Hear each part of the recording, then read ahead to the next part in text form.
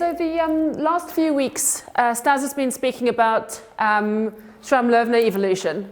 We're now going to have a bit of a change of flavour, and for the rest of this course, we're going to talk about random growth models. So I don't know whether you remember the very first lecture that we gave, where we talked about some of the physical applications of the theory we'd cover in the course. And random growth models is a way of describing physical situations such as the growth of say, cancer cells, or the way that minerals aggregate, or even things like lightning strikes. And so they, or polymer formation. So there's lots and lots of different physical phenomena that sort of fit into the classification of random growth.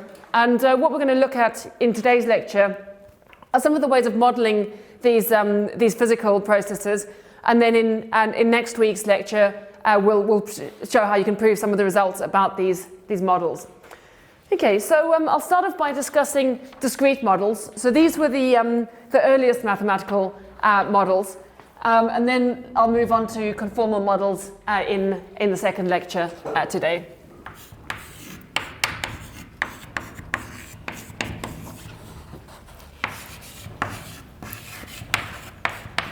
Okay, so a discrete model happens on an underlying graph. So let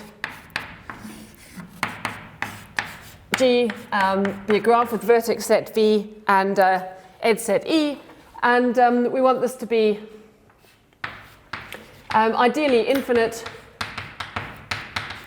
and definitely a connected graph.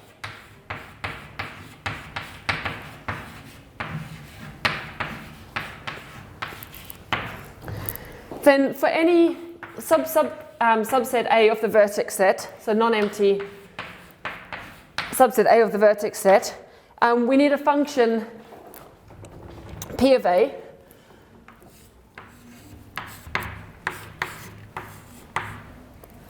so this is going to be a function from the boundary of the set A to the set 0, 1, which satisfies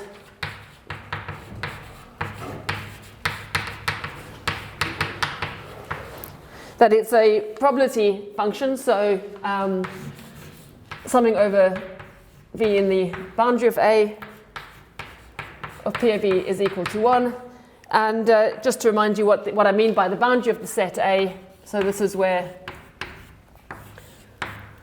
the boundary of A is the set of those vertices that lie in V but not in A, but which are connected by an edge to some vertex in A.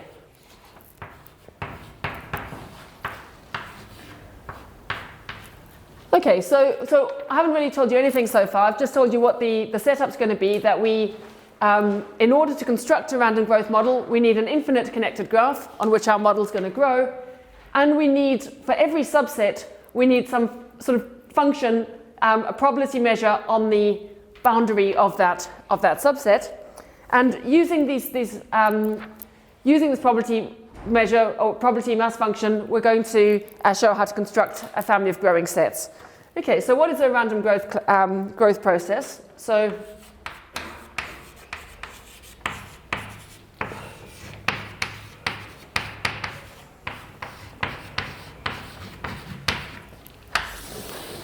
is a sequence of sets K0 subset of K1 of sets of connected vertices.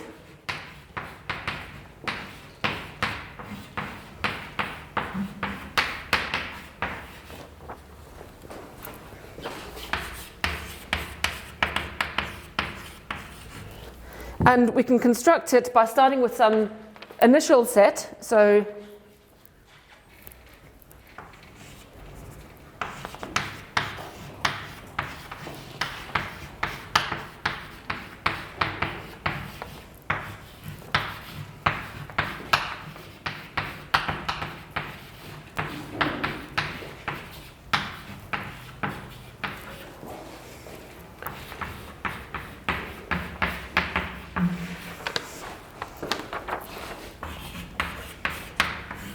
some non-empty subset K0, and it grows one vertex at a time.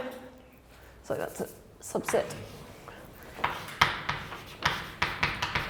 So we take kn plus 1 to be equal to kn union some vertex v with probability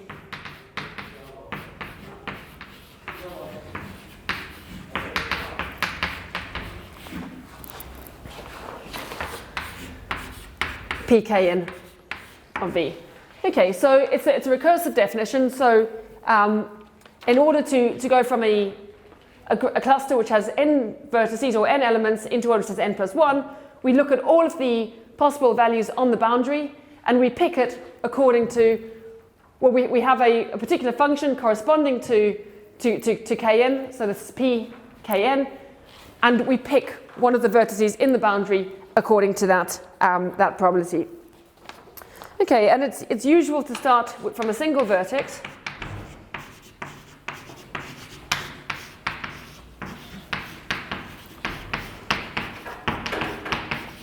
So with k naught just being equal to v naught, which we call the seed particle.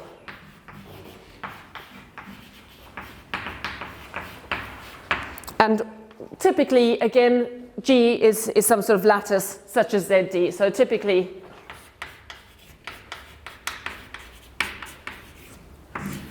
G is equal to Z to the D, and V naught is just equal to the origin. Okay, but you don't have to have it this way. You can have sort of any graph you wanted. You could have a Cayley graph or something like that. Or, you know, if you wanted, you could say have the upper half plane on the integer lattice and have your seed being the entire plane if you wanted to look at sort of flat interfaces. But most of the time we'll consider just our standard lattice and start at the origin. Okay, so let's just draw a picture to show how this works.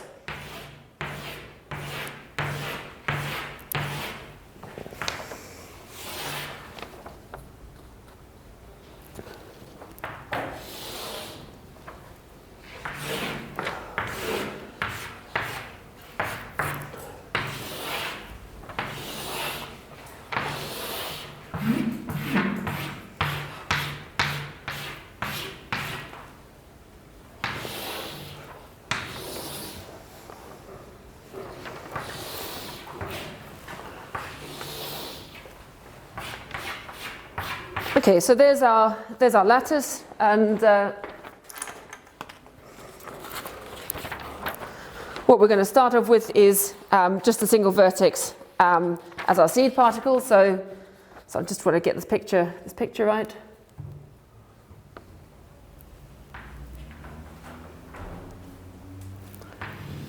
Okay, so here's our seed particle that we're starting with. Okay, so what can happen then? So we first need to ask, well, what is the boundary of this cluster? Well, it's everything in the graph that's connected to this vertex by an edge. So that vertex is in the boundary, that vertex is in the boundary, that vertex is in the boundary, and that vertex is in the boundary. Then we go to our collection of functions and we say, okay, what is the probability function associated with the set which assigns a probability to each element of this boundary? We then pick one of the elements using that probability measure. So supposing I pick this one over here. Okay, so now we've got a cluster with two elements in it. And again, we need to ask ourselves, okay, so this is our cluster now. What's the boundary? So our boundary consists of this element, and this element. And again, now we need to go to our set of functions and say, well, what's the probability mass function associated to the cluster containing these two sets, and that will allocate some values over here. And so supposing we pick this one,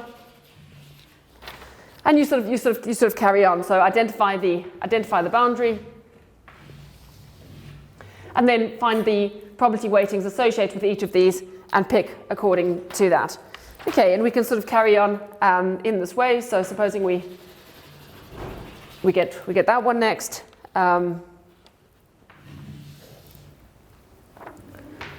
Then these two go into the boundary, and again, that one next,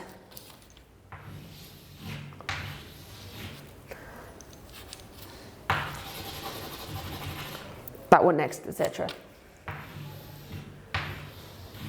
Okay, so the thing that this function encapsulates is basically the rule which tells us how to pick one of the neighbors. And we need to do it in this way because we want it to be connected. So we can only ever pick from one of the neighbors. If we suddenly try to pick this, we're going to get something disconnected. We're not getting a random growth model anymore. Okay, so that's essentially how the model works. So are there any questions about this model so far before I explain the sort of physical relevance?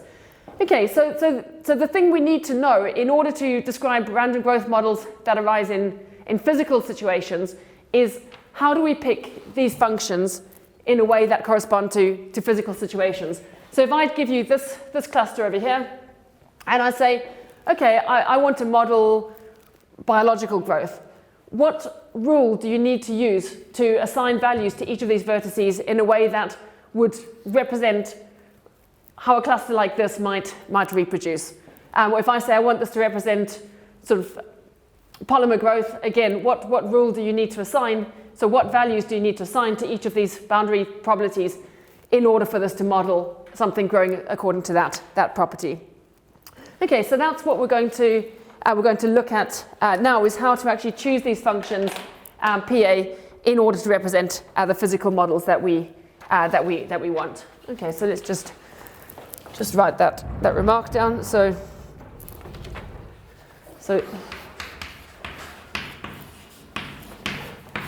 in order to model physical growth processes,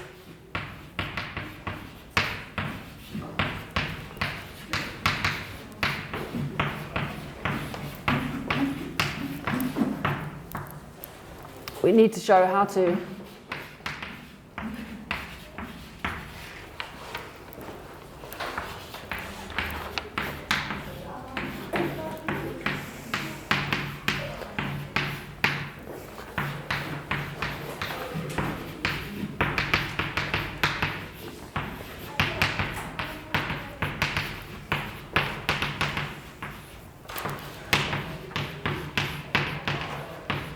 So we need a mapping that goes from these subsets A to these maps PA, which correspond to physical attachment rules.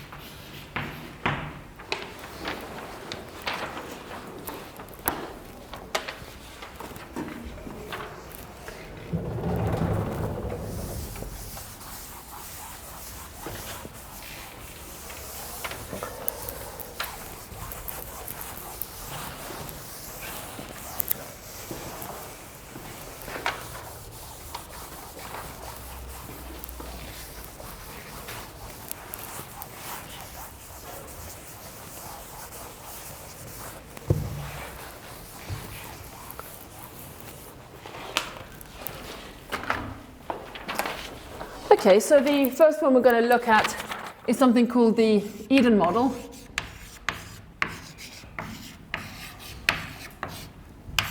And this is for biological growth.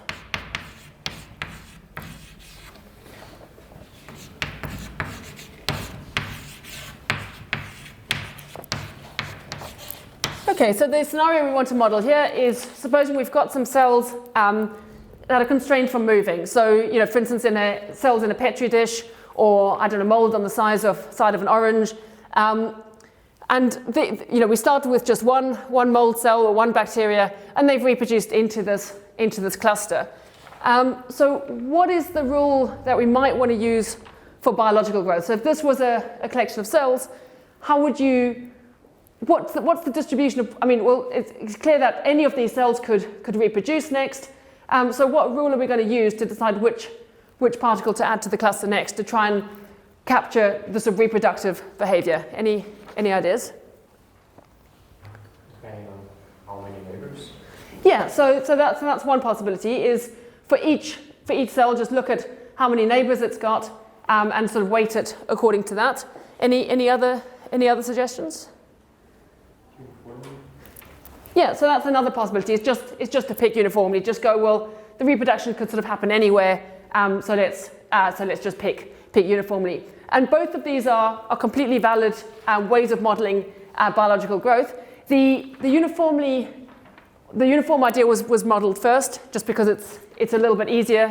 You don't have to do any counting. You just pick randomly. But the picking according to neighbors is also commonly used. And actually, if you do simulations of them, you tend to get very, very similar clusters, because most of the time, if you have sort of a convex kind of shape, the number of neighbors tends to be common, and these little indentations where you sort of have more neighbors are sort of rare. So most of the time, it doesn't matter too much which of those two rules you use. You're getting the same kind of model. Okay, so let's write that down. So okay, so in the absence of environmental influences,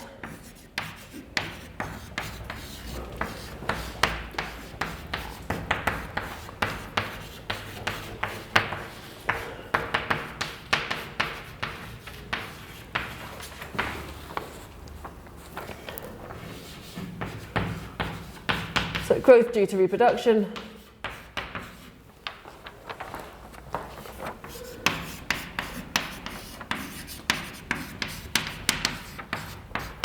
is equally likely to take place anywhere on the cluster boundary.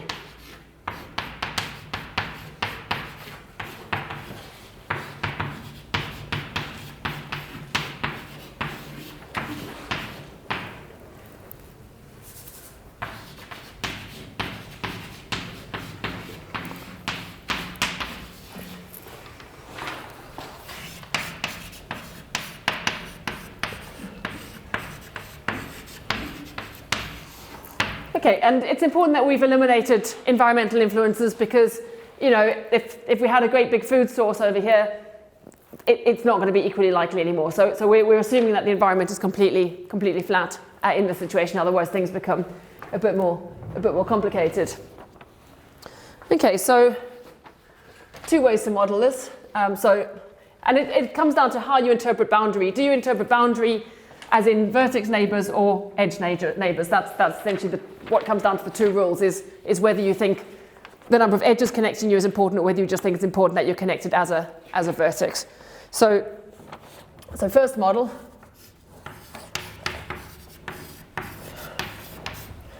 And this is actually called the Eden model. And it's due to Eden in 1961. Is just take PAV to be equal to 1 divided by the size of the boundary of A for all V in.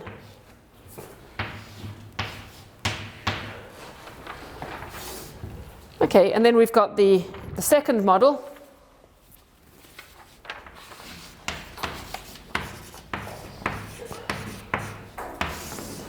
And this one, we need a definition first, so let NAV be the number of vertices in A which are connected by an edge 2. Sorry, this should be in. Yeah, no, that's right. Yeah, so I take a vertex in my set here, and I say how many edges are there that connect me to something in my original set. So yeah, so I take a vertex. My vertex doesn't have to be in A. My vertex can be anywhere, and I ask how many neighbors have I got in the set A. And so in this case, I've got 3 neighbors. If I'm over here, how many neighbors do I have in the set A? I just have 1. Okay, so it's counting the number of neighbors within the set A of the vertex V, and in that case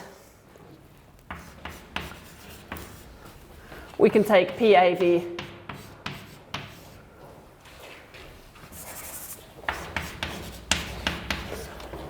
to be equal to the number of vertices neighbored by this V divided by the sum of all the edges. Okay, so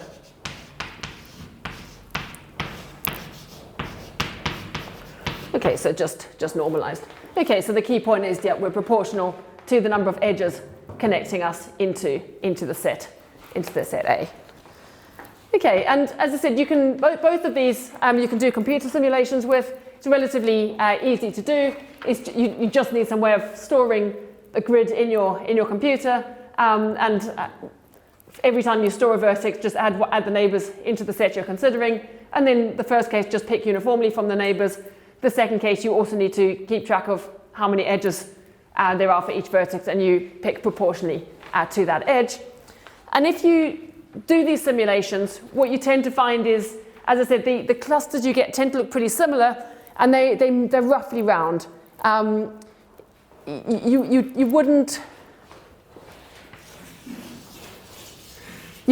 wouldn't kind of get that kind of picture. You're much more likely to get something like that.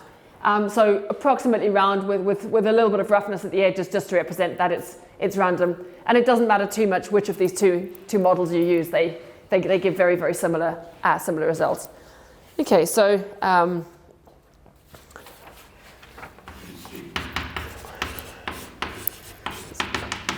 simulations of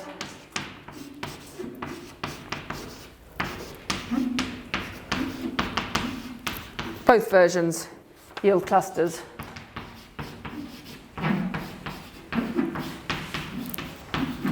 which are roughly round.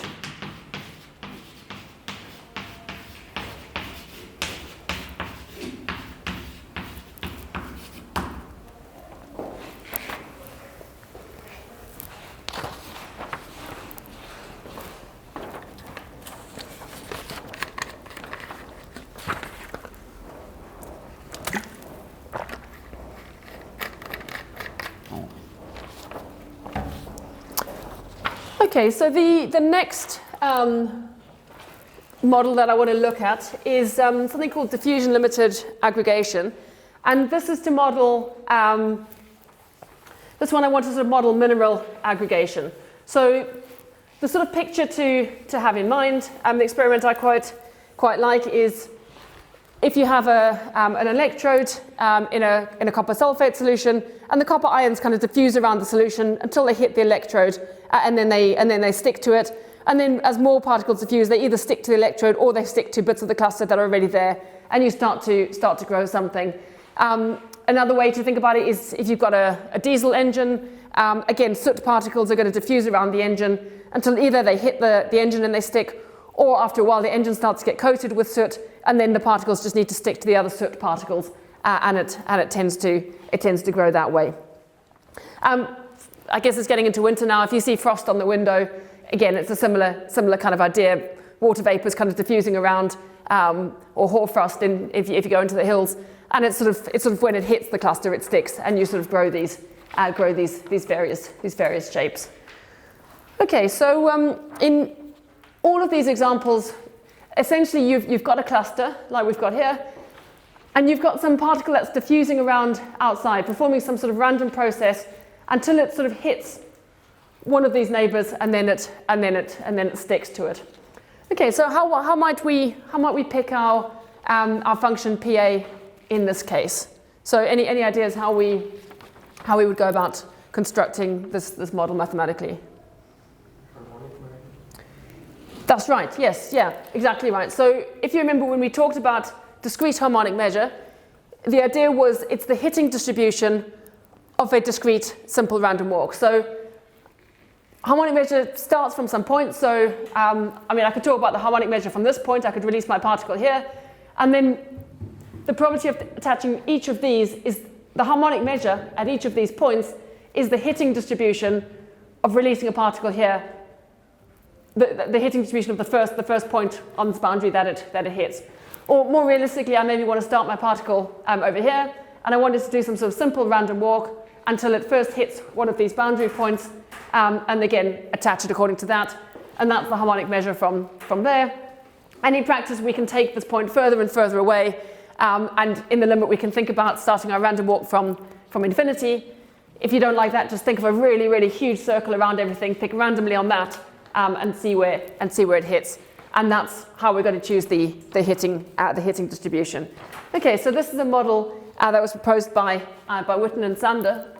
So I think I can rub this picture off now.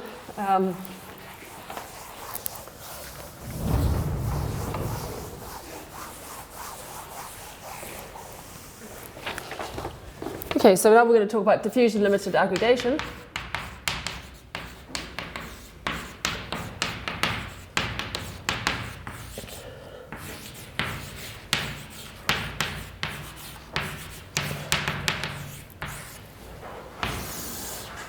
And it's called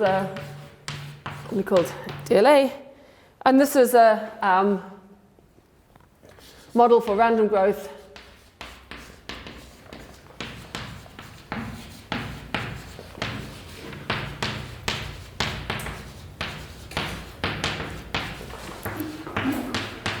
which occurs through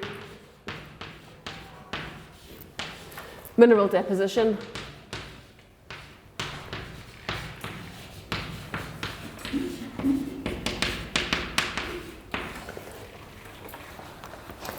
and this model is proposed by Witten and Sander in 1981.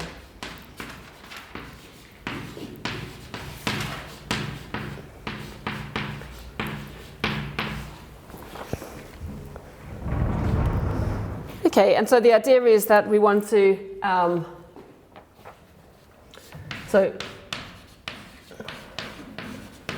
place particle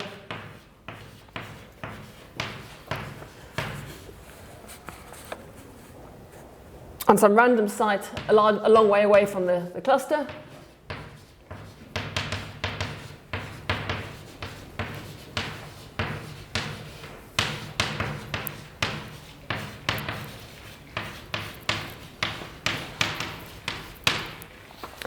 And then allow the particle to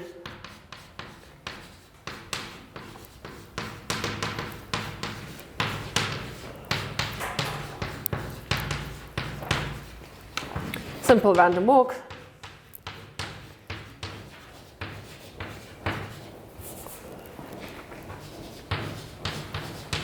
on the graph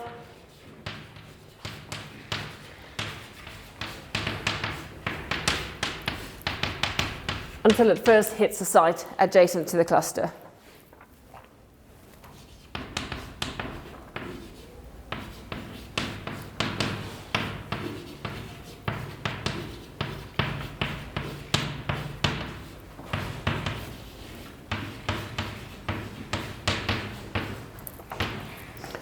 Okay, add the vertex on which the particle stops.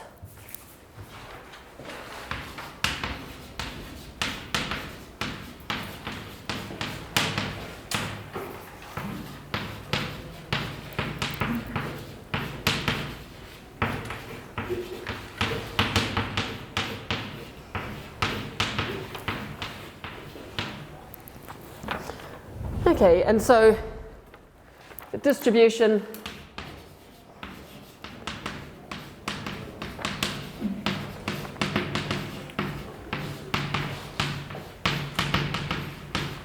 function PA is therefore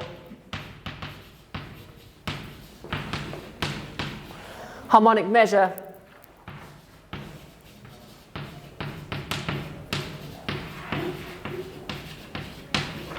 as seen from infinity.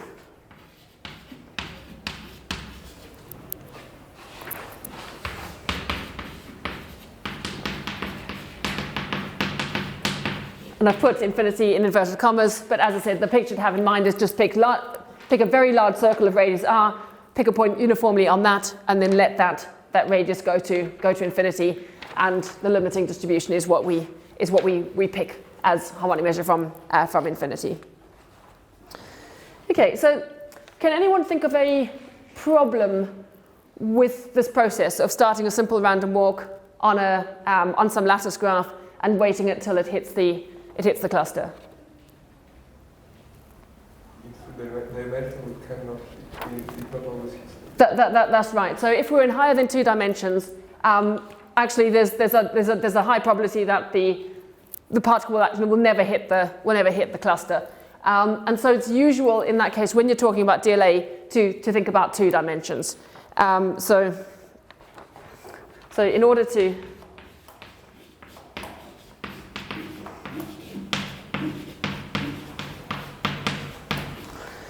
guarantee the particle eventually reaches the cluster,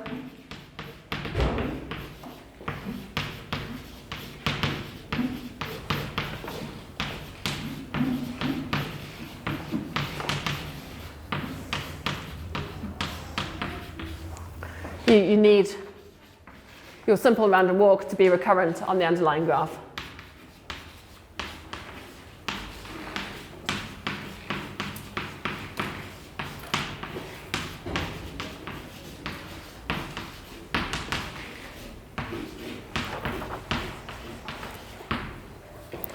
And so if G is going to be Z to the D,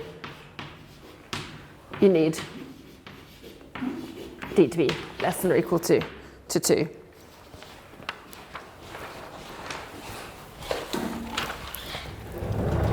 So you can still construct harmonic measure on higher graphs. So I mean, you can still have a version of DLA where you forget about the simple random walk analogy and you just think about harmonic measure on the boundary and you just compute harmonic measure on the boundary and attach according to that. So that is a possible way to construct this, but it's difficult because you haven't got the sort of underlying random walk that actually helps you to obtain harmonic measure.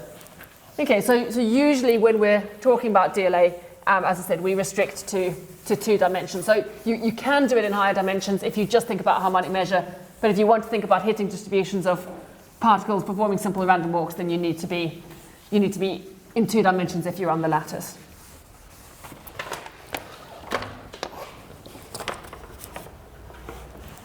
Okay, so D equals 1 is not very interesting.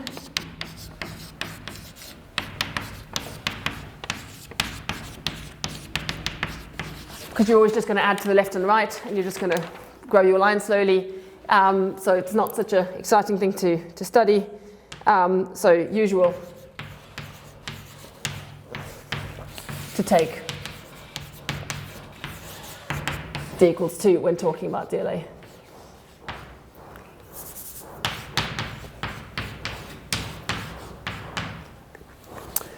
Okay, so computing this harmonic measure now becomes actually quite a tricky problem because it's no longer the case that all particles are equally likely. So for instance, if I have this sort of initial configuration, just these 2 points over here, who are my neighbors? Well, my neighbors are these points. It's no longer the case that they're all equally likely. So with the Eden model, both versions of the Eden model, all of these points were equally likely. So we could just pick the next one with the same probability, or if it gets more complicated, we just have to count neighbors. Now you actually need to work out the harmonic measure because it turns out these two vertices have a higher harmonic measure than these 4 because a diffusing particle's more likely to hit things that are sticking out a little bit. And so you actually need to do a computation to sort of work out what this harmonic measure is. And again, 2 computations. Either you can compute harmonic measure using discrete harmonic functions, and we'll talk about that that next, or you need to actually think about your simple random walks and sort of compute the hitting distributions for a simple random walk started from very far away. And as your configuration gets bigger and bigger, I mean even doing it for this simple case here takes a bit of time. And there's an exercise on this week's exercise sheet where you sort of get to compute these values directly. And if you do this computation, you'll find you actually have to solve a series of simultaneous linear equations. The one I've given you in the exercise class, you don't have to solve too many linear equations, but as your configurations get bigger and bigger and more complicated, you have to solve more and more linear equations, and actually it gets very, very difficult to work out these probabilities. Okay, so studying DLA is off the scale more difficult than studying the Eden model because of the fact that there's no easy way to work out a harmonic measure. And there's two consequences of that. So one consequence is actually in the case where with the Eden model we tended to get roughly round clusters and things were quite well behaved. For DLA, if you do simulations, you tend to get sort of very deep fjords forming, sort of clusters that sort of look a little bit like this. So sort of really irregular and actually locally quite fractal looking clusters. And so trying to study this, trying to describe this becomes very difficult. And in fact, in the sort of 40 years since Witten and Sander proposed this model, there's essentially only one rigorous result which has been proved about DLA, and it's actually a very weak result. It's a sort of upper bound on the rate of growth, and essentially says that DLA doesn't grow like a straight line. So even if you do simulations, you get pictures like this all the time. Nobody can give any reason why this is not a circle. You know, no one can show that you actually don't get these sort of. So this time you've got this one, you haven't got that. But this is just from simulations. No one can actually prove that this is not turning into that. So it's a very weird model. The shapes you get are really irregular, but no one can actually show that they stay irregular and that they don't just eventually smooth out. And part of the difficulty, as I said, is just trying to study, even just trying to compute these maps is a very slow and difficult thing to do. Okay, so I'll just write up that, just those few remarks on the board. But we're not going to say much more about DLA in these next two lectures. But in the very last lecture, Stas will prove the Keston result for you. So basically prove that it isn't a straight line. Okay, so it's no longer the case.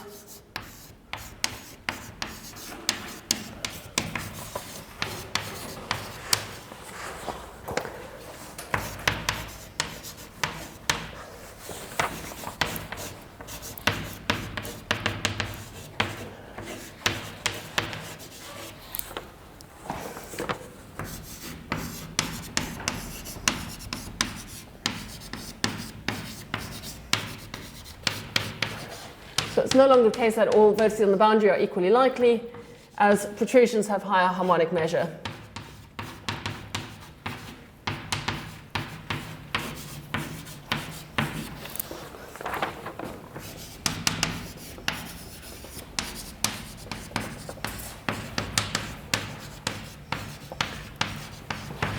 So simulations suggest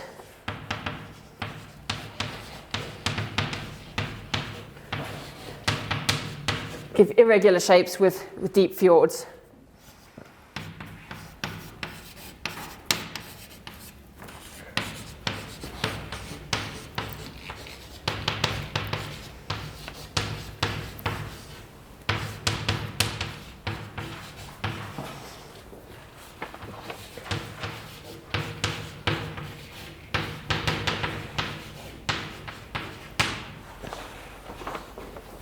Okay, and then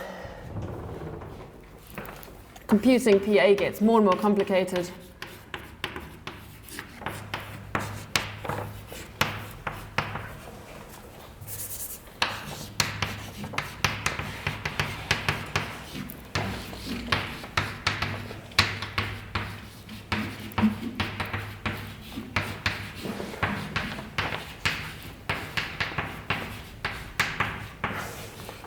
And long-term behavior of DLA is notoriously difficult to understand.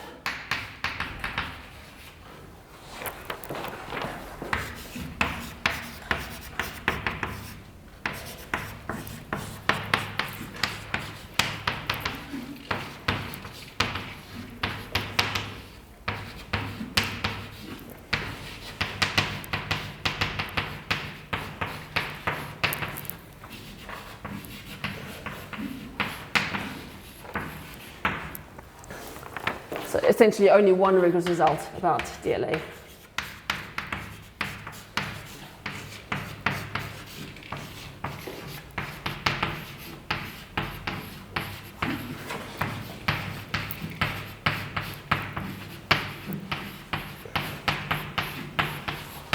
This is due to Keston in 1987.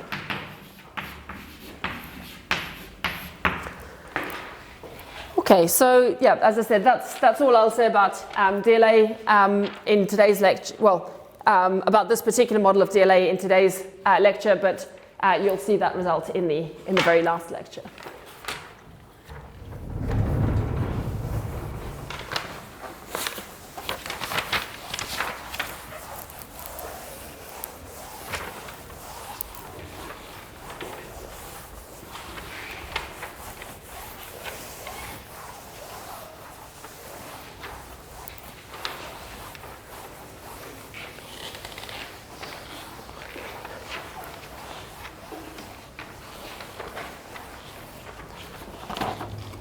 Okay, any questions about DLA? Okay, so the last model that I want to talk about in the discrete setting is this family of so-called dielectric breakdown models.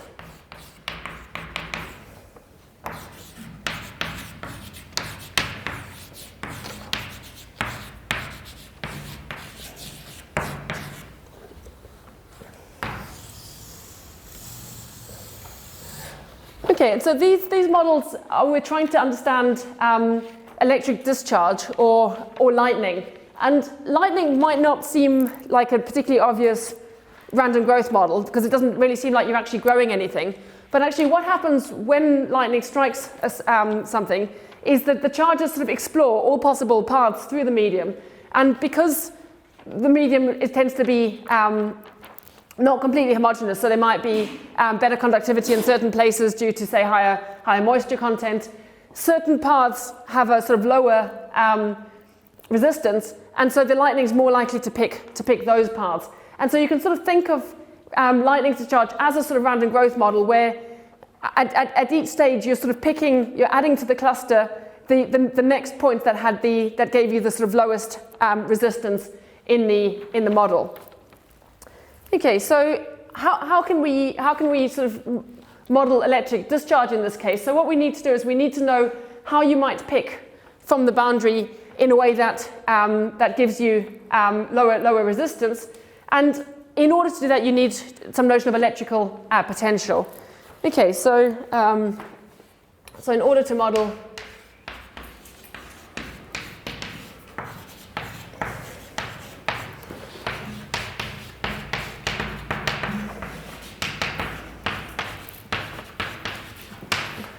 we need a notion of electric potential.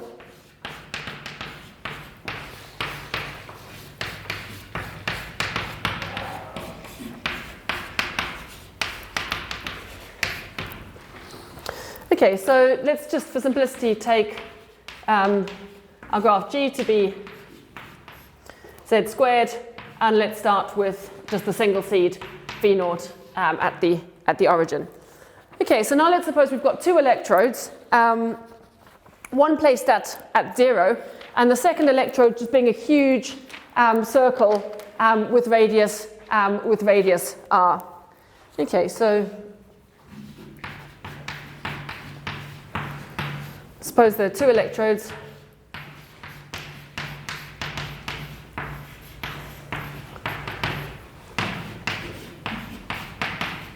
In the system.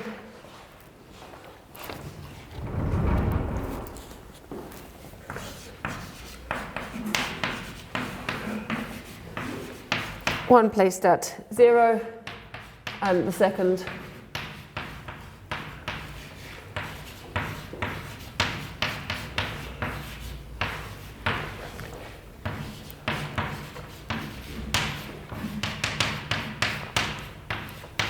a large circle of radius r. Okay, so there's our two electrodes, one at the origin and the second one, this large distance radius r.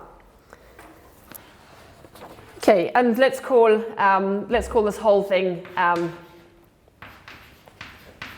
BR0, just to be the disk of radius r centered around 0. Okay, so supposing now instead of just having, so we've got this electrode at 0, suppose we've got a conducting cluster A centered around the origin. So this is a conducting cluster.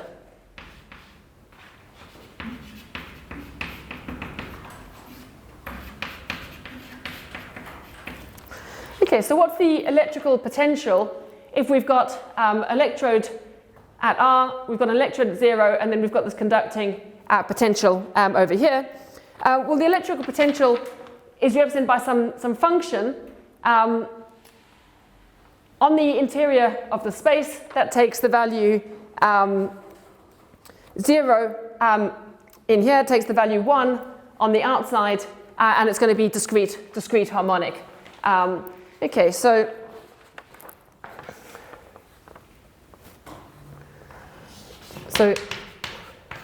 given a conducting cluster,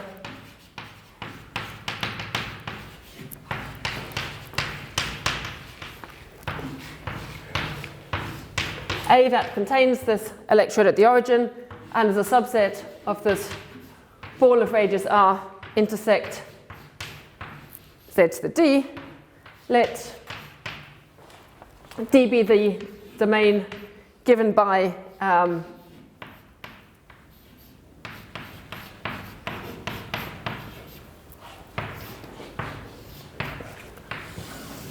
essentially all of the points inside this set together with the two boundaries, and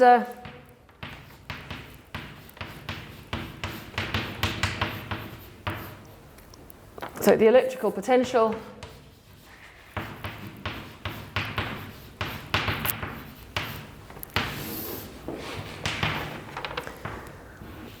is a function phi of A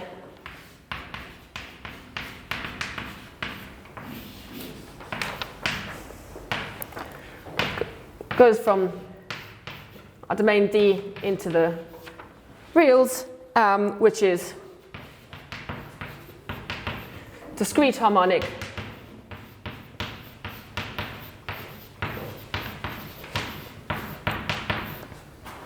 on the interior of D,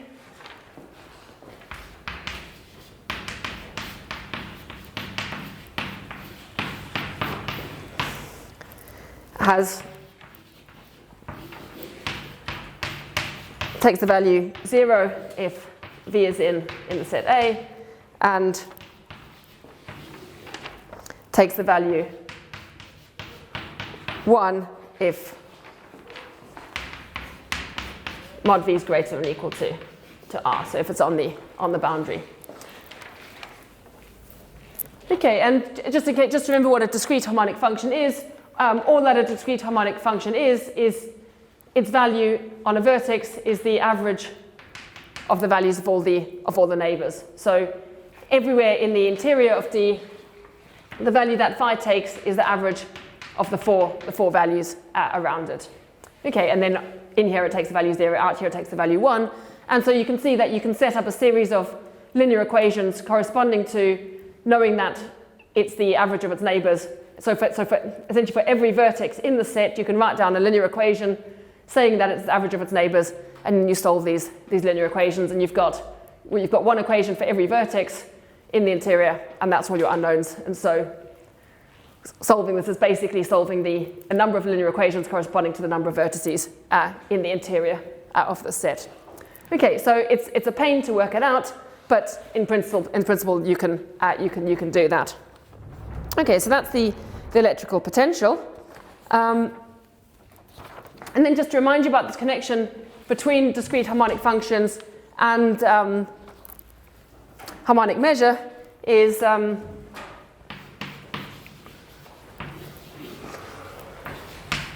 phi A of some vertex x is the harmonic measure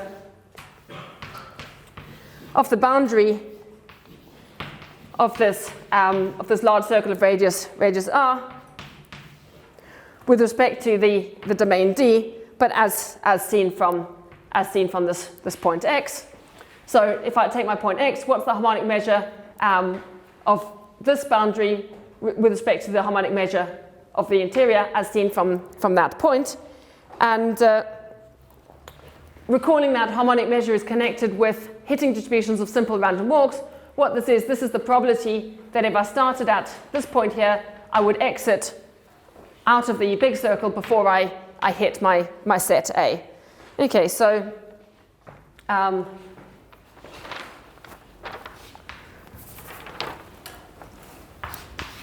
So recall that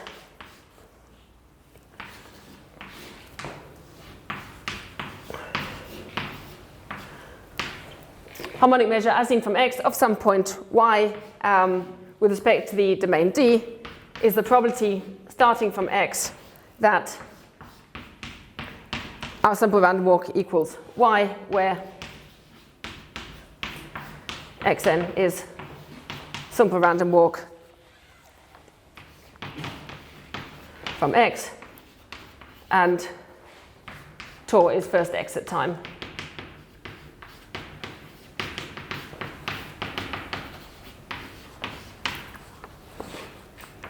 Of our set D. Okay, so as I said, for any point V over here, phi A V is the probability that starting at this point we exit, sorry, I'm just trying to get this right around. Starting at this point we exit through here before hitting over there. And you can see this sort of makes sense because if we actually started on the edge, well, the probability of hitting the edge before A is 1 because we're already there. If we start in the set A, the probability of exiting before hitting A is 0, and everywhere else you can, just by using this discrete harmonic property, you can sort of see that that it gives you this properties corresponding to simple random walks.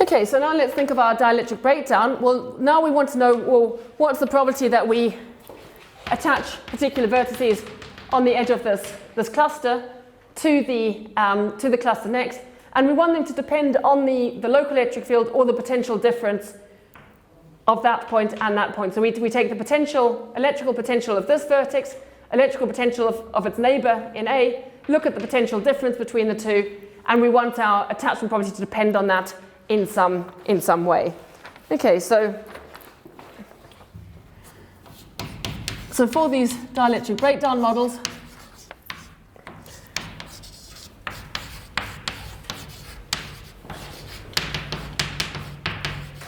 property of attaching a particle at vertex B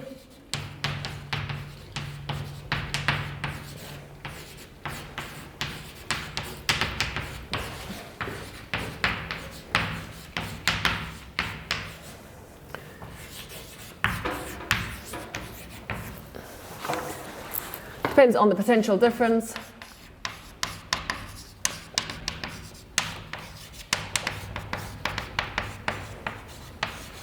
which is phi A V minus phi A U, where U lies in the set A, but we know if you lie in the set A, you take the value 0, so this is just equal to phi A V for each U lying in the neighborhood, the set of neighbors of V that lie within the set A. So let's fix some parameter.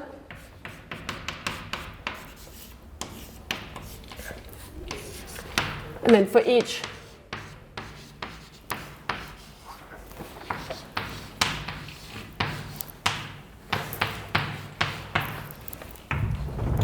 V in the boundary of A, we'll define this function PAV to be equal to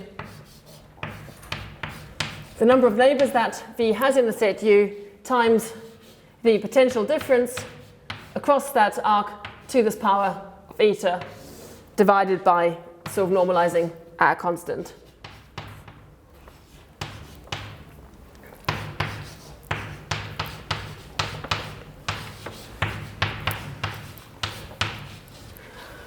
Okay, so why have we made it depend in terms of power?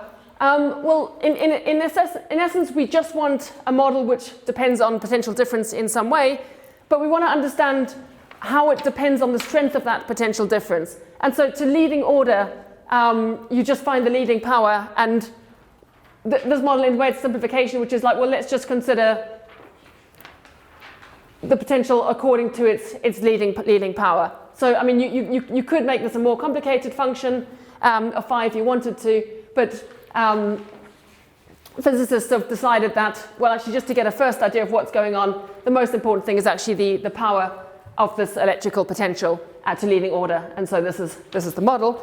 And this was proposed by Niemeyer,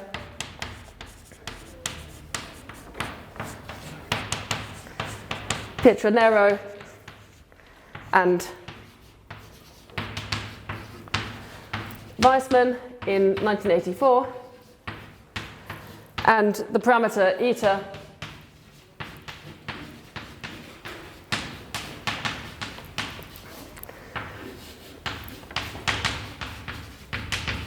determines the extent to which the attachment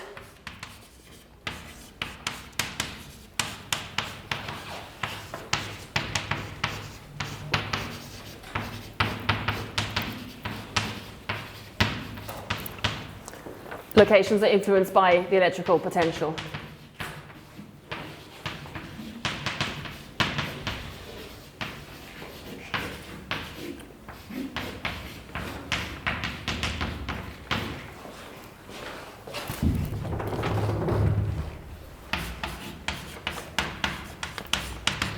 Okay, so let's just think of some simple examples. So what if eta is equal to 0? What have we got in that case?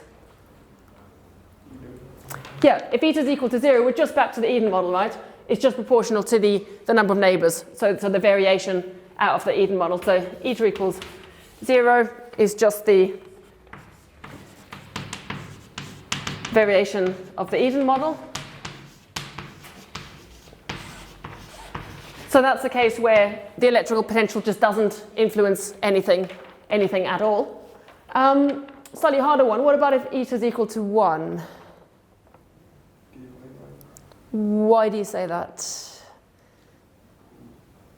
Because it is like a harmonic measure. That's right, yeah. So if eta is equal to 1, then essentially we're just attaching with the probability that if I started at that point in the neighbor, the probability that I attach is the probability that I exit from that point before going into the cluster. Now the way DLA was attached was I started randomly at this point, and I wanted to know where was the first place that I hit over here. So the density, so the likelihood of sort of starting over there and hitting over there, and starting over here and coming out to there. So starting here and hitting here as my first place, or starting here and coming out there without going back in again. There's a sort of symmetry to that. Now it's not a perfect symmetry because you could, for instance, sort of wander along the boundaries and then come out without going into A, and that sort of breaks the symmetry. But assuming that you don't wander around the boundary, assuming that once you become a neighbor, you either go in, you go straight in on the next step, then just by sort of reversing time, the probability of picking a random point on the outside and first hitting over there is the same as the probability of sort of starting here and sort of exiting out there first. And so eta equals 1 is very, very similar to DLA. So eta equals 1 is qualitatively like DLA.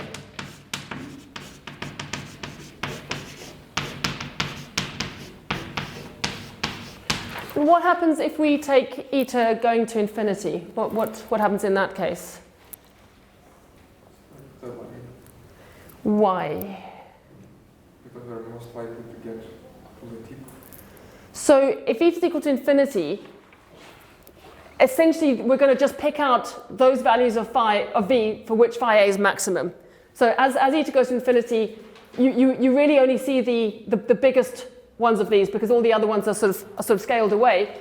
And so you're attaching at point of maximum electric potential. And so if you have a situation like this, maximum electric potential tends to be at these tips, and then once you've started at these tips, you just keep going that way. And so again, it's conjectured that in the limit as eta goes to infinity, you get a simple path. Okay, so eta tends to infinity is growth concentrates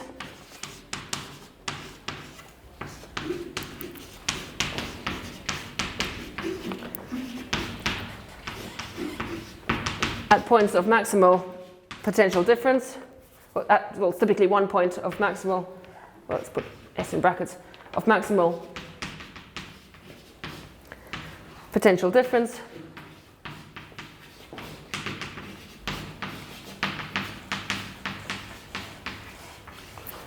And the conjecture is that you get a simple path. So is that you get simple path. But we've got the same problem as we had with delay. In general, these dielectric breakdown models are very, very difficult to study because you need to be able to work out this discrete harmonic function. As I said, solving it basically involves solving a sort of n squared parameter sets of linear equations, and it becomes more and more difficult as your cluster sort of gets bigger and bigger. And so again, in practice, there's very little known about dielectric breakdown models as well. There's a lot of numerical work about it, but there's almost no mathematical results. Okay, so I'm going to stop there on discrete models. I think we'll break now for 10 minutes, and then when you come back, I'll start looking at describing some of the conformal models we can use as alternatives to discrete models. And these ones we actually do have some results that we can prove about them. Okay, so I'll see you all in just before past.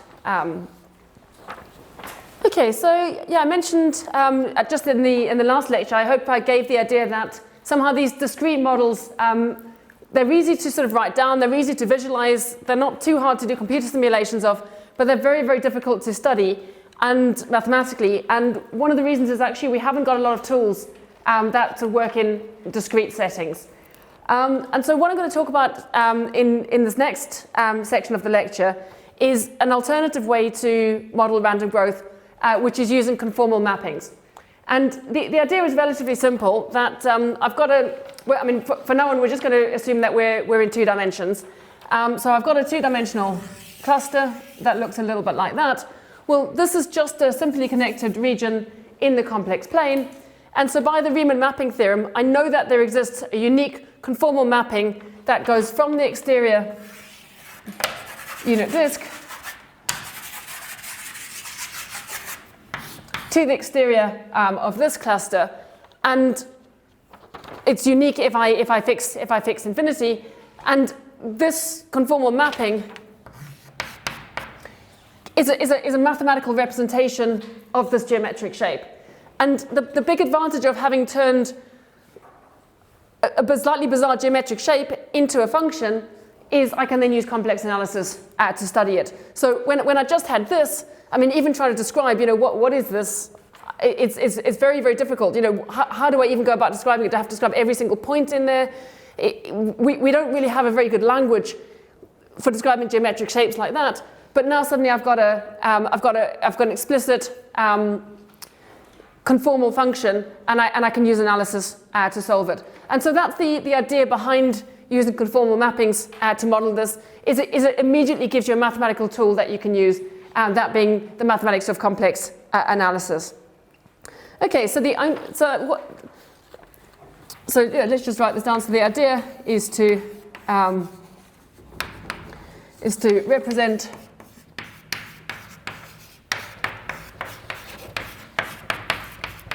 clusters using conformal mappings.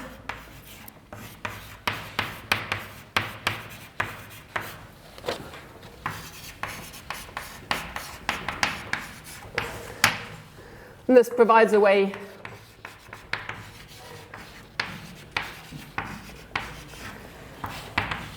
to use techniques from complex analysis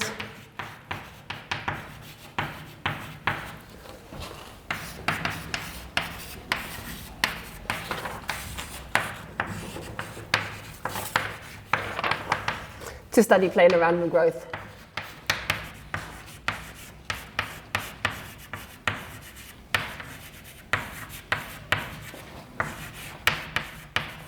Okay, and as I said, the key point is this mapping is one-to-one. There's a one-to-one between shapes and maps. And so studying maps is the same as studying shapes, except we actually have some tools to use them.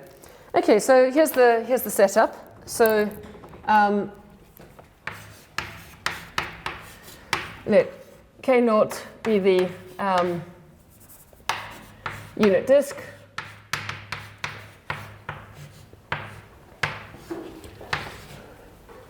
And D0 be the exterior unit disk.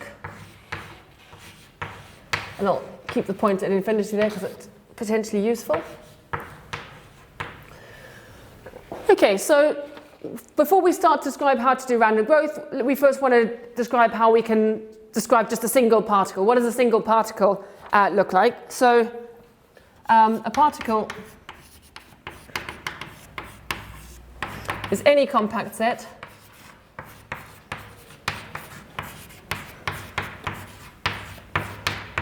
P in the exterior unit disk such that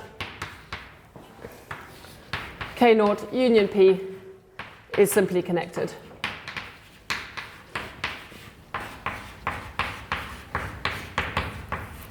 Okay, so let's draw some examples. So here's our K0. So what could P be? Well, P could just be a slit map, or we could have maybe what people usually visualize as a particle is this, and again, the union of these two is simply connected,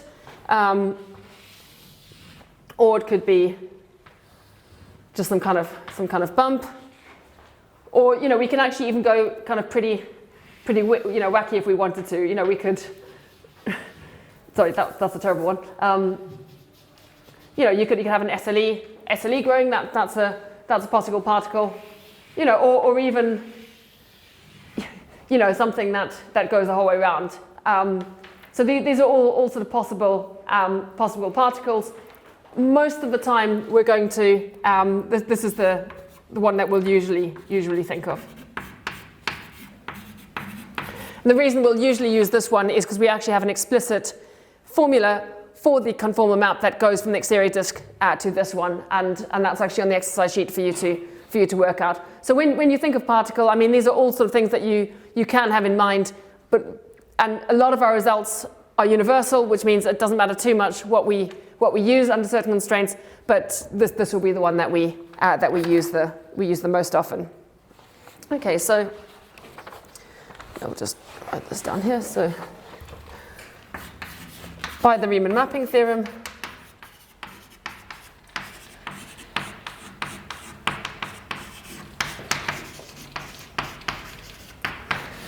there exists unique conformal bijection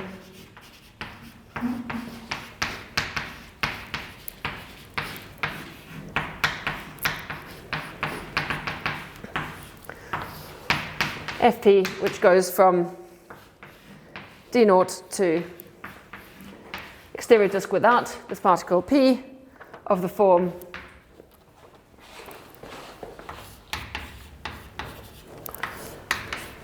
Fz is equal to e to the c z plus order 1, where c is greater than 0, is the logarithmic capacity.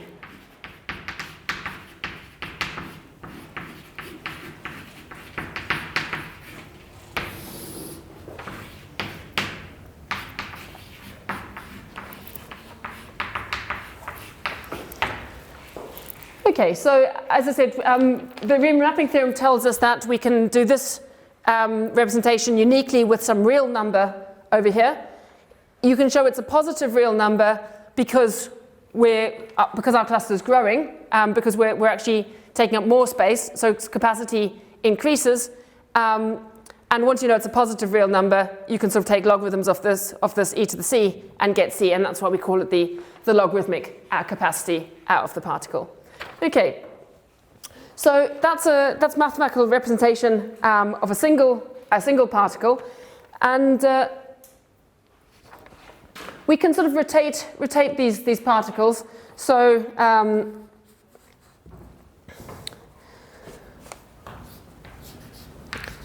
So if P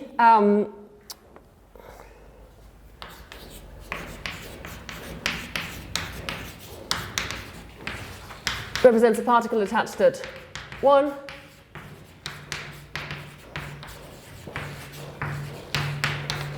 then e to the I theta, P is a particle of the same shape attached at e to the I theta.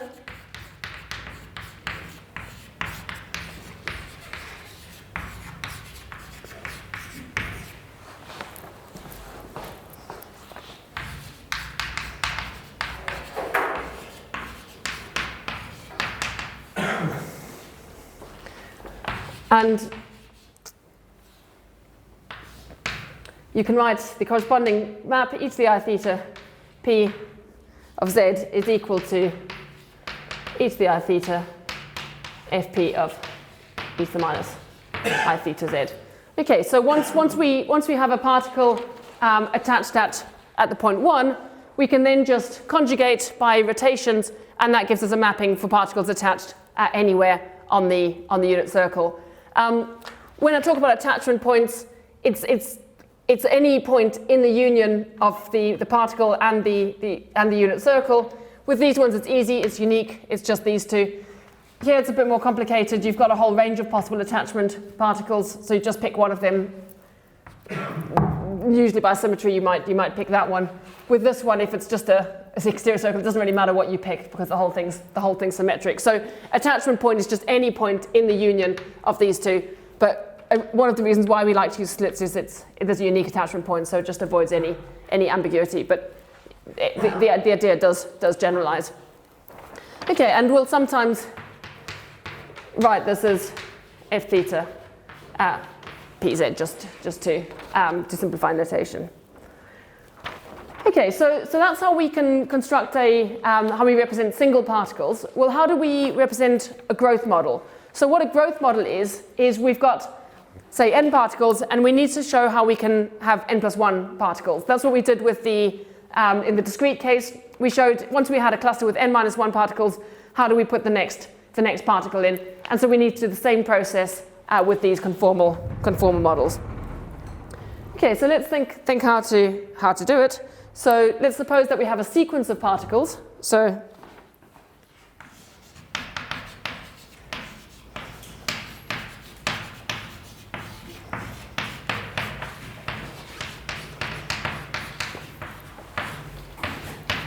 P1, P2, etc. And they're associated conformal mappings.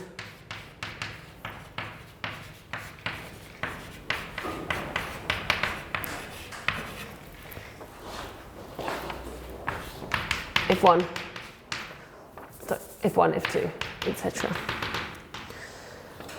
Okay, so suppose we're given this sequence of particles, and suppose that we've managed to construct a sequence. Now what we're going to do is we're going to construct a sequence of conformal mappings.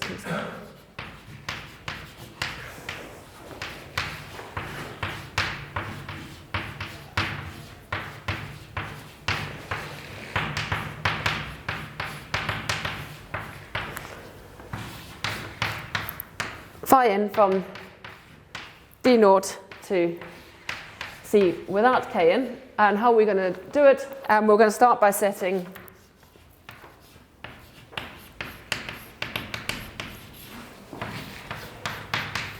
phi naught z just to be the identity. So this is just the mapping that takes the exterior disk to the exterior disk. So there's no particles left.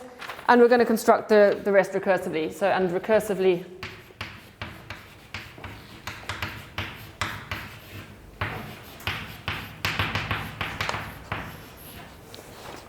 let's define phi nz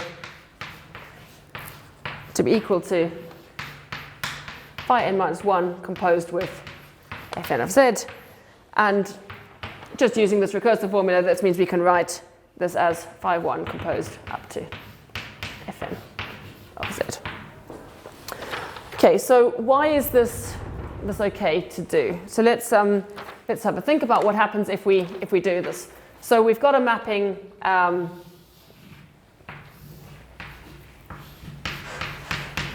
phi n minus 1 to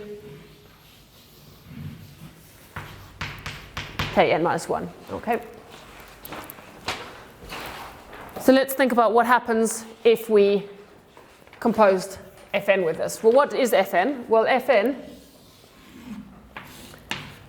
is a mapping from the exterior unit disk to the exterior unit disk minus some particle. So let's go for one of these shaped particles. Okay.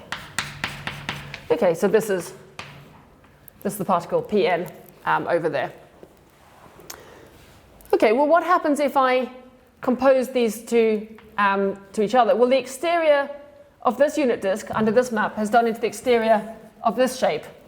And this particle here is in the exterior of the unit disk, so it's going to be in the exterior of this shape, but it's also got some attachment points because it's simply connected. It attaches to the particle, and so there's going to be somewhere over here where it's attached. And so this here is going to be phi n minus 1 of Pn.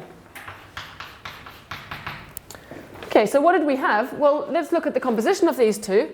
Well, the composition of these two takes the exterior of this unit disk to the exterior of this shape without this extra bit over here. What we had was a shape made up of n minus 1 particles. We've now stuck another particle onto it, and so this collective shape is something with n particles, and so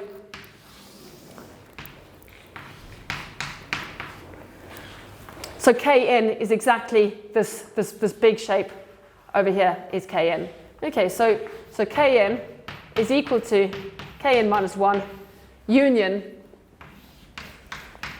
phi n minus 1 of Pn, and so because of that, it definitely strictly contains Kn minus 1. Okay, and so the sequence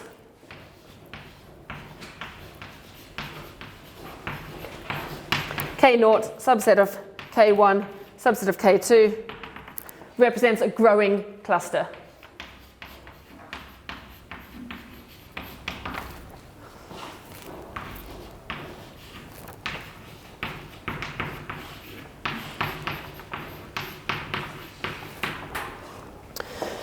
Okay, so what we've managed to do here is we've managed to show that actually, I should just point out that people sometimes find it a bit weird that this is the order of these maps, that you sort of compose the Fn on the inside.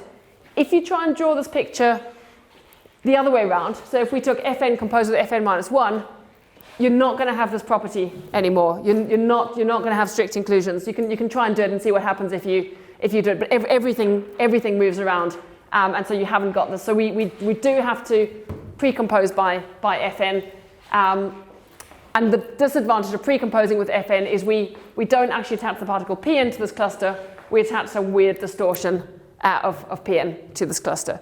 Okay, so there's some physical shortcomings with this model, but the key point is that we do have a way of constructing an increasing sequence of sets, which can be viewed as a growing cluster.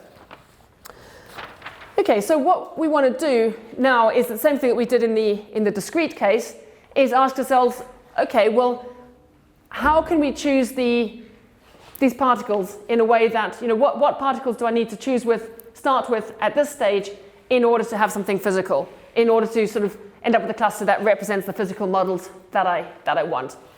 And it turns out that the exact shapes of the clusters don't matter too much. It's not very important. I think, okay, these weird ones maybe matter, but as long as we're in this sort of class here of clusters of particles that look kind of similar, it doesn't matter too much what shapes we use, but what really matters is the logarithmic capacity and the attachment angle.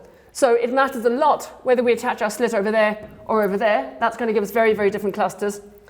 It doesn't matter too much whether we attach the slit or if we attach the disk, as long as they had the same capacity and that capacity is small. And typically, when we're growing things, that's what we're thinking. We're thinking cells, we're thinking particles, we're thinking things that are small that we're attaching. And so in these situations where each individual particle has very, very small logarithmic capacity, the only thing that matters is the capacity and the angle of attachment. Okay, so I'll write that down.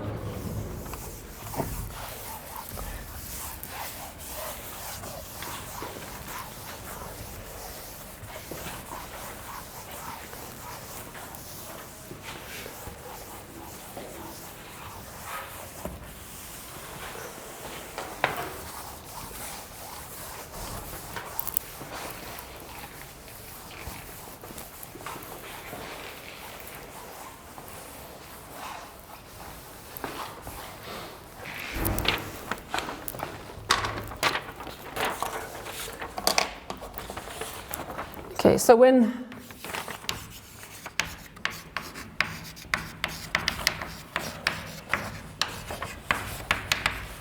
particles being attached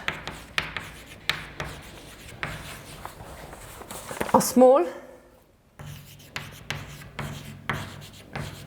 relative to the unit disk,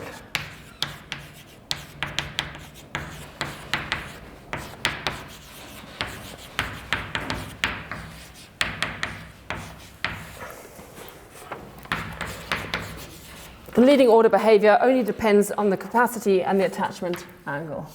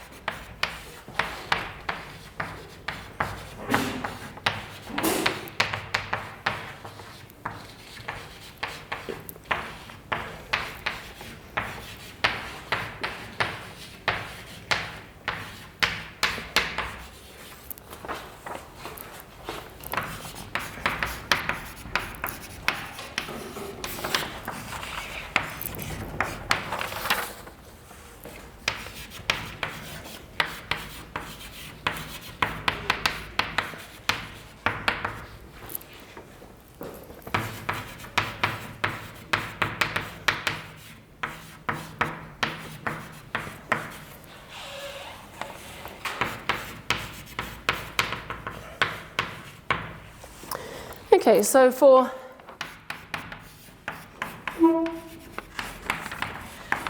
particle Pn, let theta n denote the angle,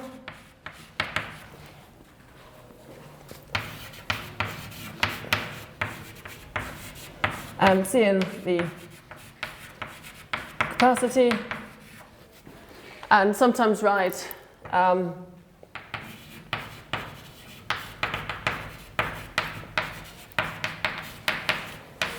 F Cn theta n for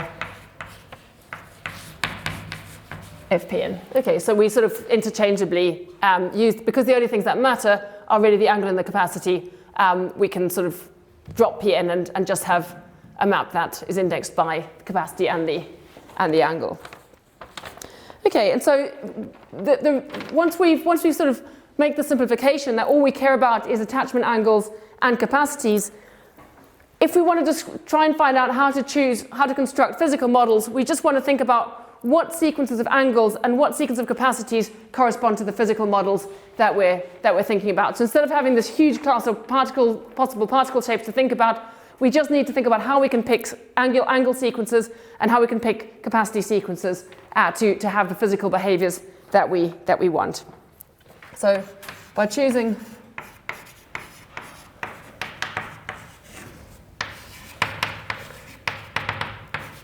theta 1, theta 2, and C1, C2 in different ways,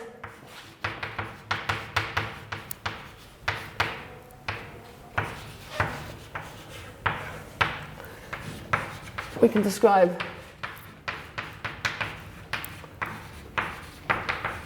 a wide class of growth models.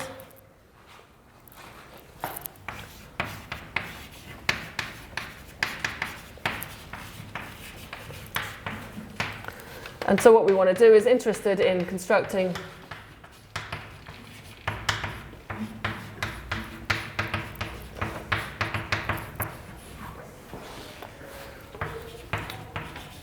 models corresponding to the physical processes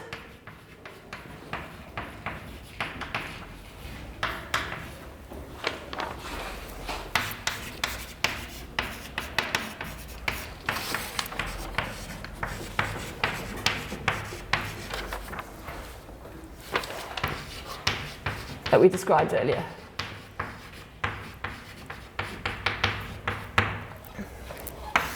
Okay, so let's go back to thinking about this biological growth. Okay, so here's my cluster, and I want to attach my particle in a way that represents a reproductive event. So how am I going to do that?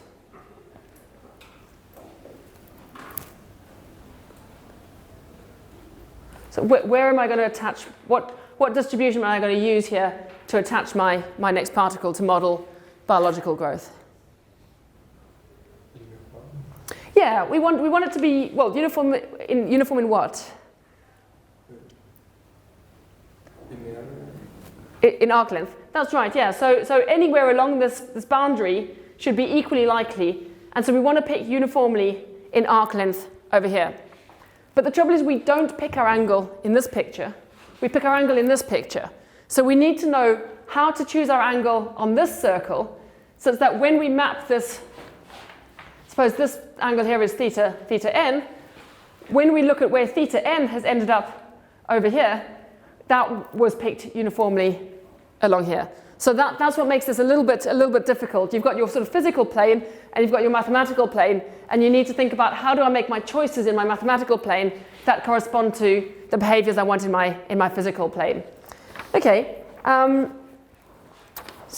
the key point is we want to pick proportional to arc length in the physical plane. Okay, so in model for biological growth.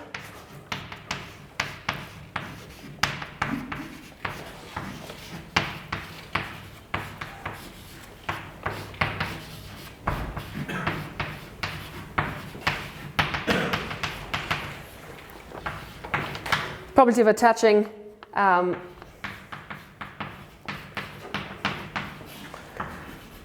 along a section of the cluster boundary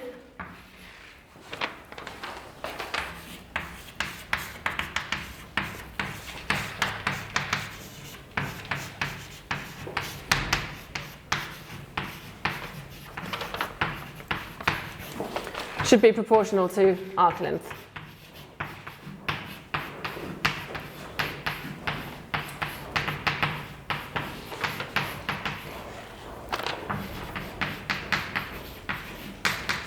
Along that section.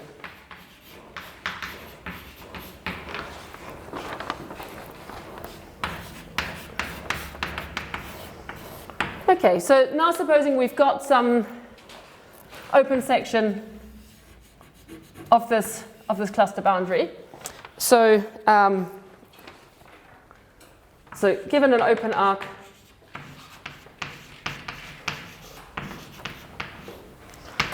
in dk n minus 1, well, it's got two endpoints. It's got these two endpoints over here, and this whole boundary is the image of this circle.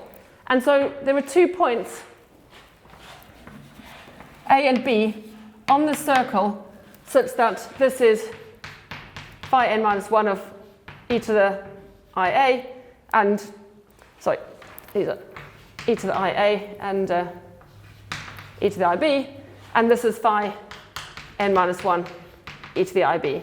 Okay, so the cluster is the image of e to the I theta under this map phi n minus 1, where theta lies between A and B. Okay, so there exist some A less than B such that the mapping theta going to phi n minus 1 e to the I theta maps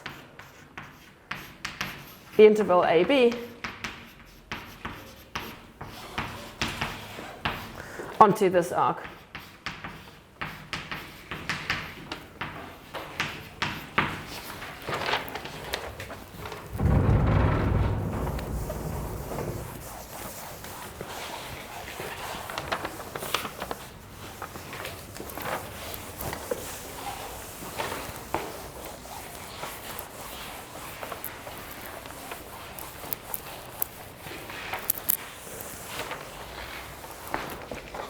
Okay, so what's the length of this arc? Well,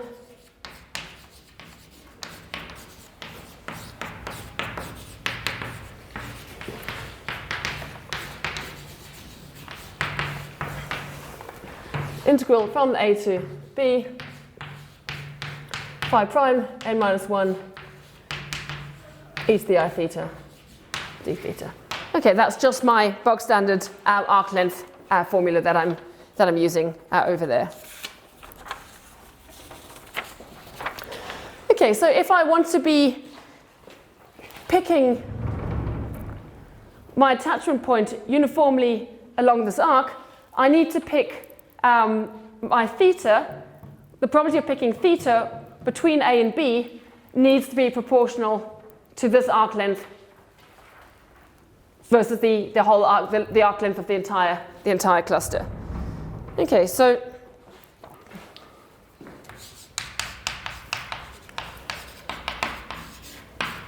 attaching the next particle onto this arc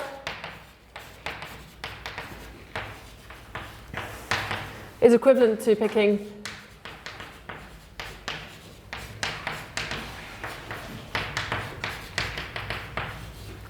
theta n in AB.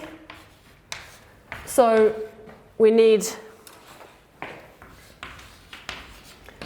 probability that theta n lies in AB, conditional on k n minus 1, because remember we've got the n minus 1 cluster already, so everything's conditional on knowing what the cluster looks like at time n minus 1. That needs to be proportional to the arc length between A and B, which is exactly this.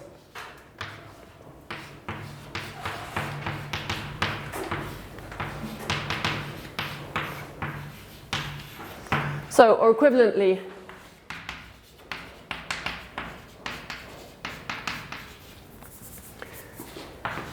theta n must have density function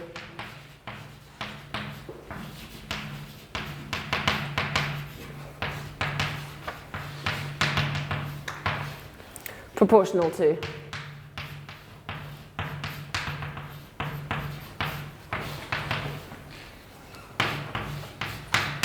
phi n minus 1 prime e to the I theta. Okay, any questions on that? Okay, so that's how we pick the attachment angle. How about the capacity? How are we going to pick the capacity? Any ideas?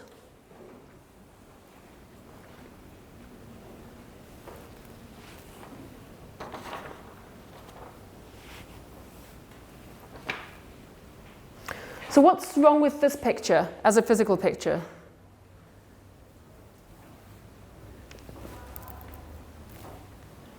I mean, I was trying to attach, supposing all my particles are kind of this size, and they end up looking like this. That's a problem, right? That's not very physical. I want to be attaching particles that all look the same size. And what's happened here is my particle's been like really distorted by this mapping. So what I want to do is I want to pre-work out how much it was going to get distorted by, and then put a much smaller particle in there so that when it gets distorted, it's the right size. So that's what I need to do. I need to try and pre-work out what the distortion is in order that I can then make choices in the mathematical plane that cancel out my distortion. So in the physical plane, the distortions aren't there and all the particles are the same size. Okay, so we want to try and understand what the distortions look like. And to simplify, let's just suppose we're using slit particles, because then the size of the particle is very, very easy to think about. It's just a straight line. Okay, so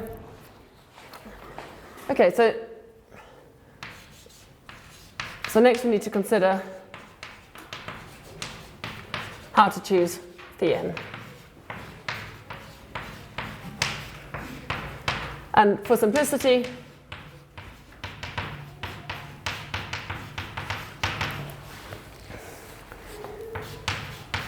let Pn be a slit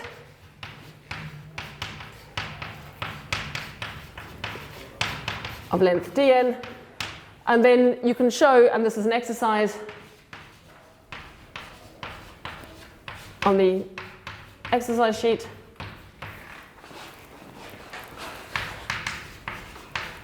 that Cn is approximately dn squared over 4. Okay, so once we, if we know how to choose our slits dn, then we know how to choose our capacity. So let's try and think about how we can choose our slit length dn in order to make sure all slits are the same length. Okay, so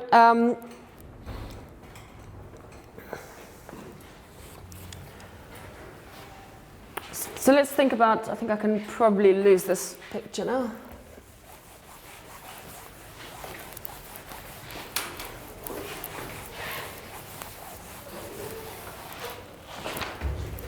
So when I've got my map from exterior disk to the exterior disk without some slit, there's some section of this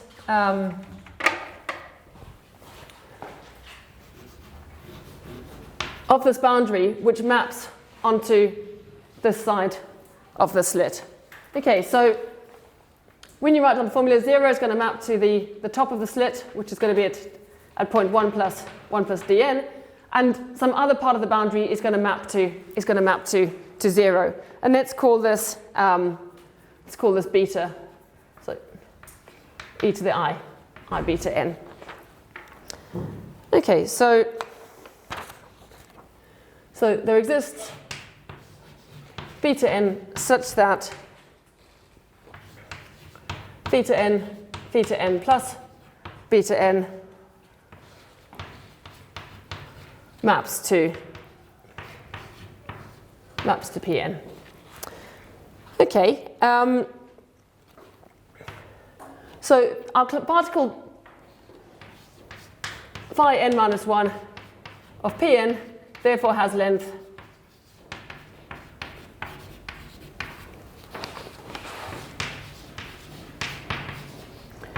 it's integral from 0 up to beta n, and again we need the arc length formula, which is going to be phi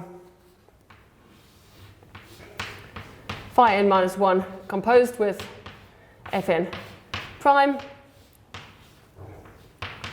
e to the I theta d theta. And so we can use the chain rule to say that this is equal to integral from 0 up to beta n phi prime n minus 1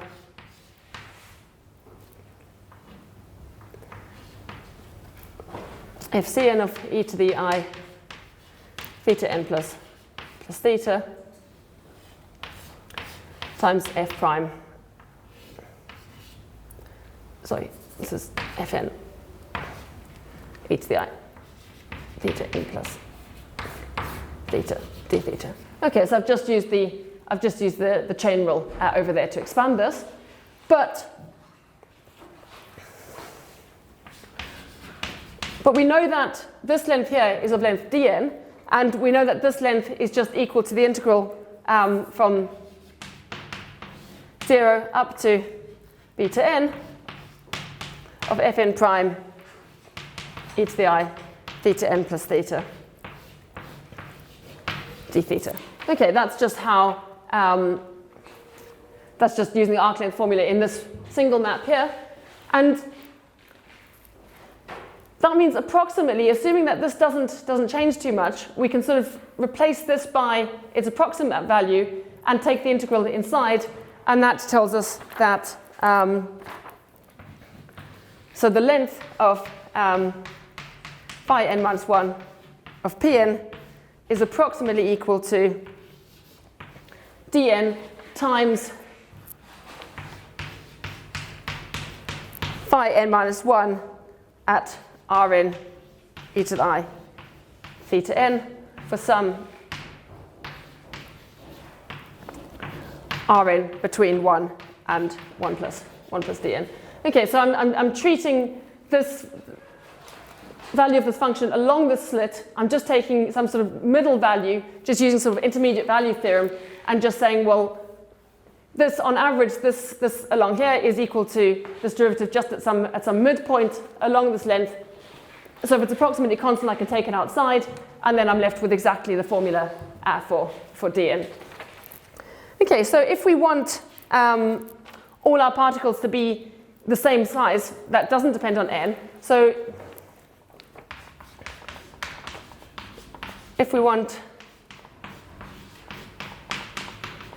size of phi n minus 1 Pn to be approximately d for all n, then how do we do that? Well, we need to take dn to be d divided by this amount. We need to take dn to be d divided by phi n minus 1 of Rn e to the I theta n. Well, Rn is approximately equal to 1, and so this is going to be approximately d over phi n minus 1 e to the I theta n.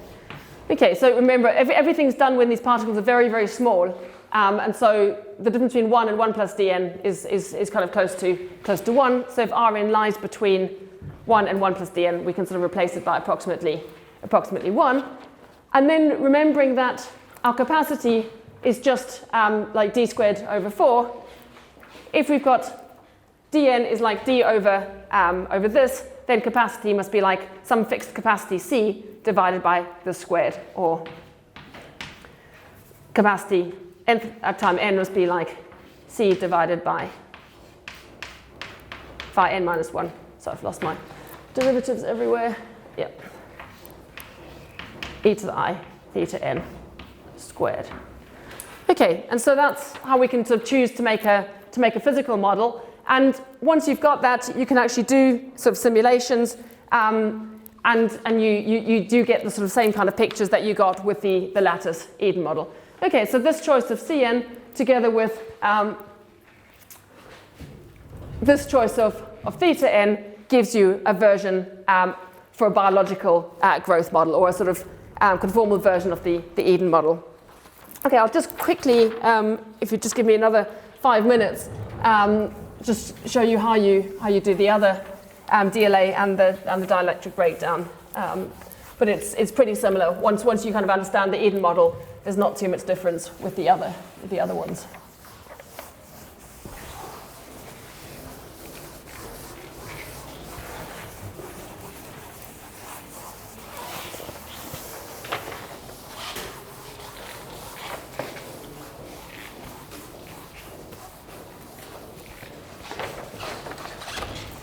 Okay, so for DLA, same argument.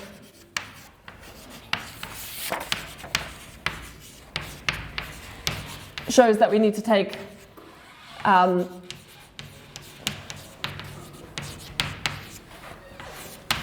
Cn to be equal to C over phi prime e to the I theta n squared. So that's exactly the same. This is these distortions. We didn't use the distribution of theta anywhere. So for any physical model, we need this. So for DLA and in fact dielectric breakdown, it's the same. Well, what about the angles? So here's my map. Phi n minus 1 to Kn minus 1. Now I want to pick my attachment angle over here so that I correspond to a DLA heating distribution on this cluster. So how do I do that?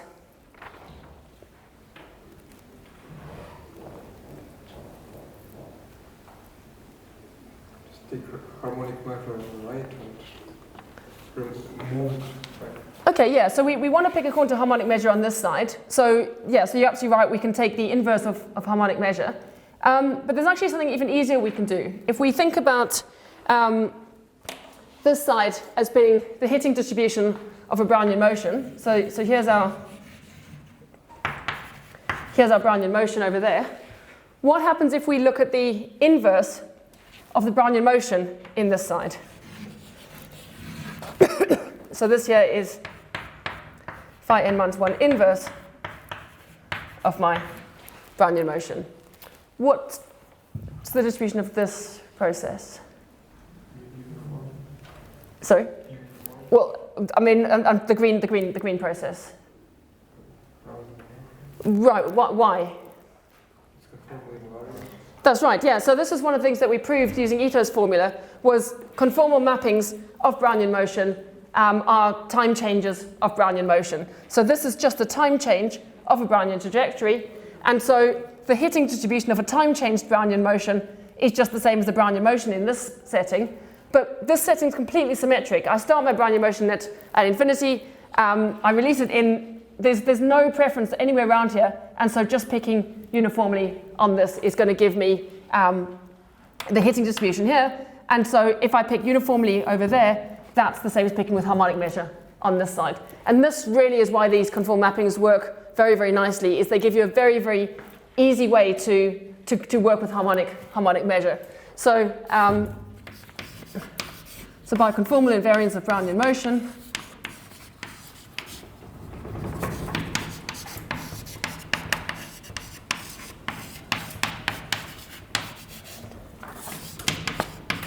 for DLA, we need to pick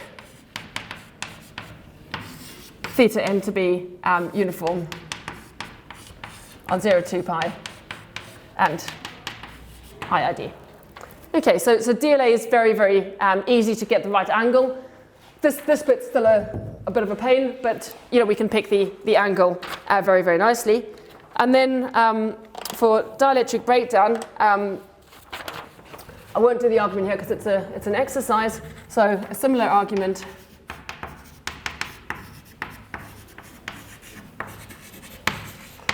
This is an exercise.